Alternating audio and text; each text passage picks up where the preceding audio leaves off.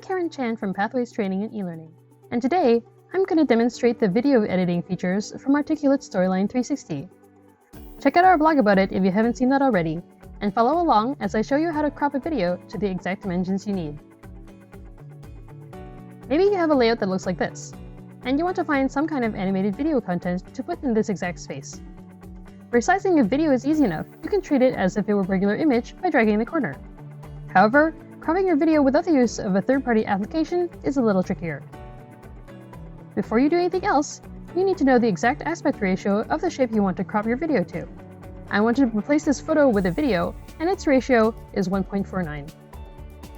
Then, download a suitable video either from your choice of stock video library or the videos in the Content Library 360. Keep in mind that if you want to crop a video, you might want one that doesn't have a lot of camera movement because your subject might not stay in frame. If you go to the Video Tools tab on the ribbon, or right-click the video, selecting the Edit Video option will give you this pop-up screen.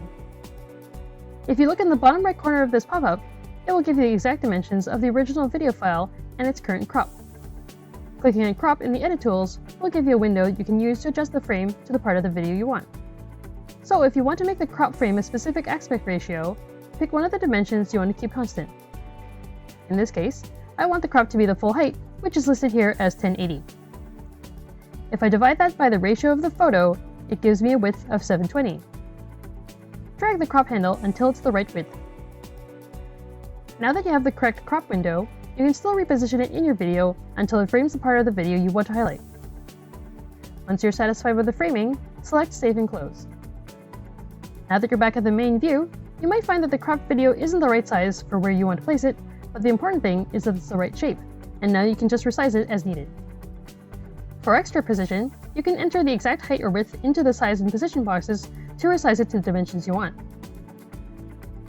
If this video was helpful to you, you can help us out by hitting the like and subscribe buttons.